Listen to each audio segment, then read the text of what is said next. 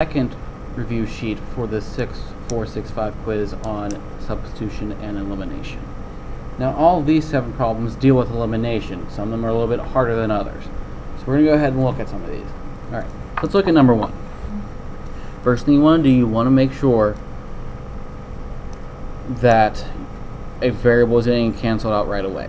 So in this case, it doesn't look like we have a variable that can get canceled out right away because we have, if you add them straight up, you get 5x and negative 2y.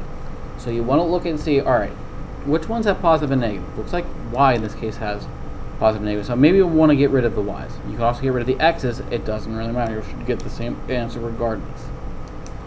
So let's look at the y values. We have 2y and negative 4y. We have to look and see what's in common with those. And what's in common is 4. So we want to make it where the y's are 4. Well, luckily in this case, in the bottom equation, we don't have to worry about that. It's already 4. So we're just going to have to worry about the top equation. And to get 2y to be 4y, just times the top one by 2, will give you your 4y that you want. So just multiply 2 to all these numbers in here. So we have 2x plus 4y equals negative 2. So now all you want to do is just straight addition. 4x plus 2x is 6x. The y's end up canceling out, and that is equal to 18. So, one again, so we want to solve for x. So divide both sides by 6. X is equal to 3.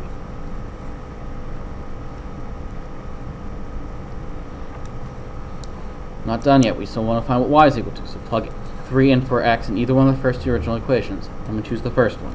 So we should get 3 plus 2y is equal to negative 1.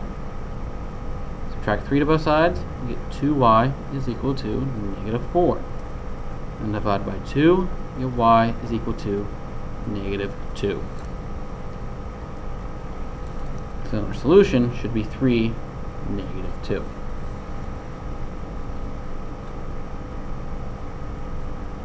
Alright, let's look at the second system. Once again, we want to check and see if we can eliminate any of these right away. In this case, we can't. You would think you can go ahead and eliminate the y's right away, but no, you have positives. So you need to make them one than negative. So I'll choose one negative. I'll choose to multiply this bottom one by negative 1, so that way we can get the y's to cancel out. So then we should be with negative 2x minus y equals 6. Whenever you multiply the bottom by negative 1. You don't have to multiply the top one by anything, because you're going to get rid of your y's. So let's go to the addition. 3x plus negative 2x should give us x. Y's end up canceling out. You get negative 8 plus a 6 is negative 2. So we know x is equal to negative 2. So now we know what x is. Let's try to find y. So plug in negative 2 in for x. Let's choose this second equation this time. It's 2 times negative 2 plus y equals negative 6. So we have negative 4 plus y equals negative 6. You want to add 4 to both sides, and then you get y is equal to negative 2. So in this case, our solution is negative 2, negative 2.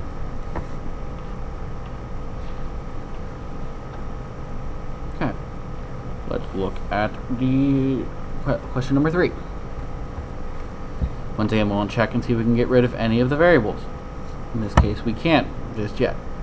Now at this point, you can see you have ones in front of here, which is kind of a signal that you're probably going to end up multiplying by something. You could either do x or y in this case. You would still end up getting the same, but you're going to multiply the top equation to get rid of one of the variables. I'm going to go ahead and get rid of the y's and multiply the first equation by 2. So we're left with negative 2x plus 2y is equal to 8. So when we do the addition, x, y's cancel, is equal to 1. So now we know what x is equal to. Let's solve for y. So negative 1 plus y equals 4. You want to make sure you put this in parentheses because the negative is going to the x. So you're going to apply this negative to whatever your answer was. If this was negative 1, it would be negative of negative 1, which made it positive. But in this case, it's just negative 1. So we're going to add 1 to both sides. Get y is equal to 5. So it means that the solution is 1, 5.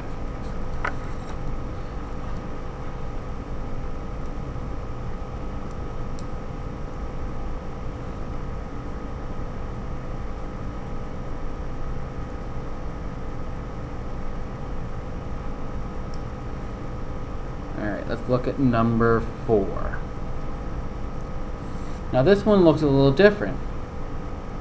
Can you tell that the x's and the y's aren't lined up together? That's because they aren't. So we need to make sure that they end up being aligned with each other. So we need to make sure the x's and the y's go up and down. So what you need to do then, if this is the case, you want to flip one of the equations around so then you get the variables to be aligned with each other. So I'm going to flip the first equation around. So this first equation should be negative x plus y equals negative 1. That way now then you have your two equations, and you can already tell that you can eliminate the y's right away. So we're eliminating y. So 2x minus x is x, y's cancel, and then 0 minus 1 is equal to negative 1.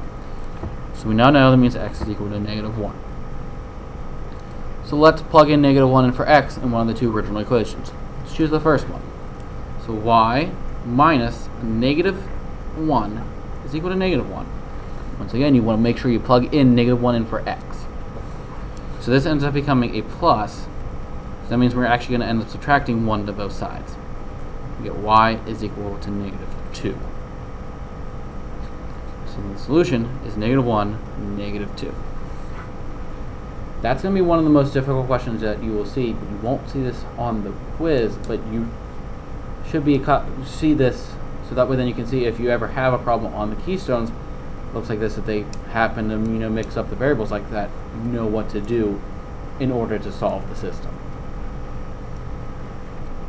So let's look at number 5. Once again, the variables aren't aligned with each other, so we're going to have to move it around. So let's go ahead and move the first equation around again. So it'll be 3x minus y equals negative 2. Once again, we're able to get the y's to cancel out, which is a good thing, so we don't worry about multiplying anything. So this is going to do straight addition. So negative 2x plus 3x is equal to x. Y's end up canceling, and you get 3 minus 2 is 1. So we know x is equal to 1. So go ahead and plug in 1 in for x, and you have one of the two equations. Let's choose the second one. So it's 2 at negative 2 times 1 plus y is equal to 3. This becomes negative 2 plus y is equal to 3. You add 2 to both sides. Your y is equal to 5. So then your solution is 1, 5.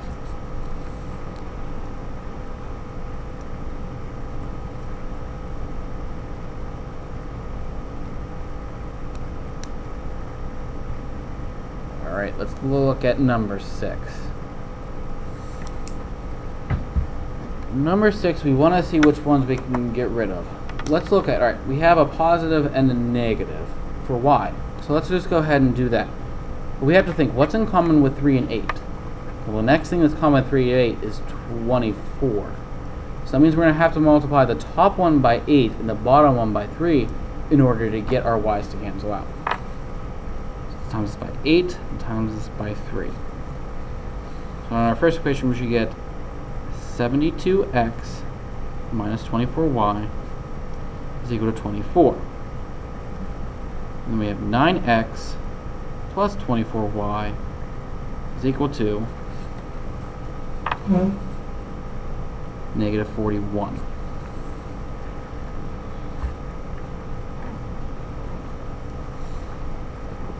No, sorry, negative 51.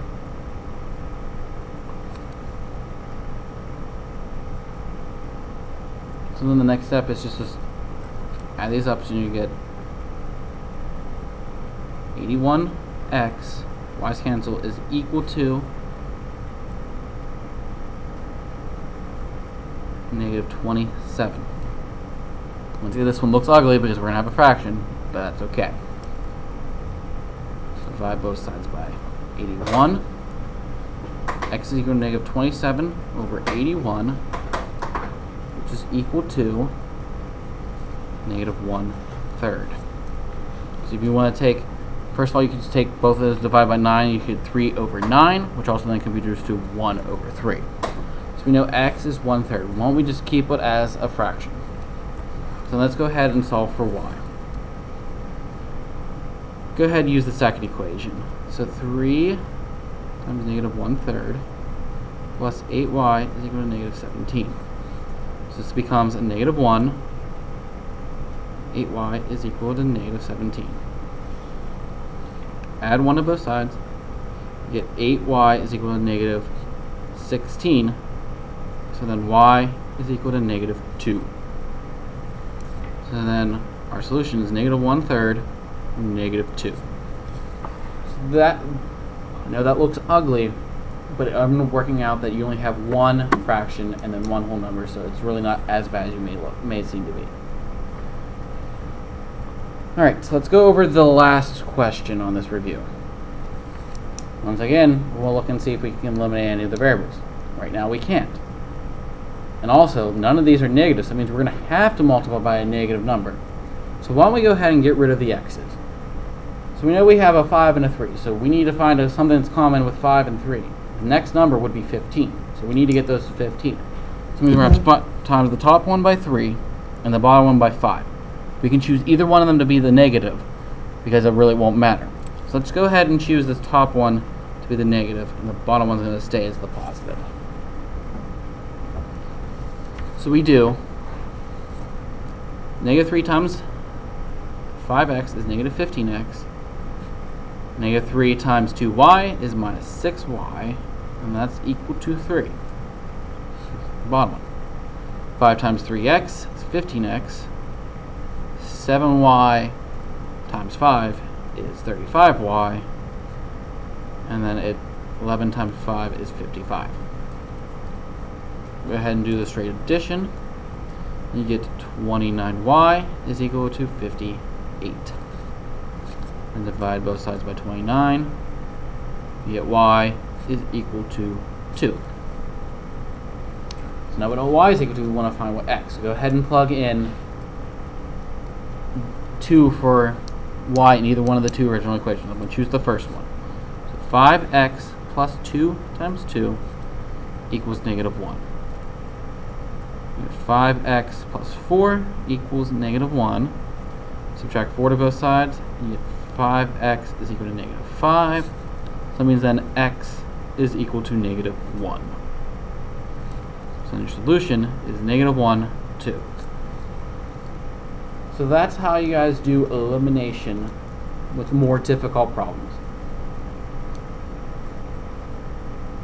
That is it for this review.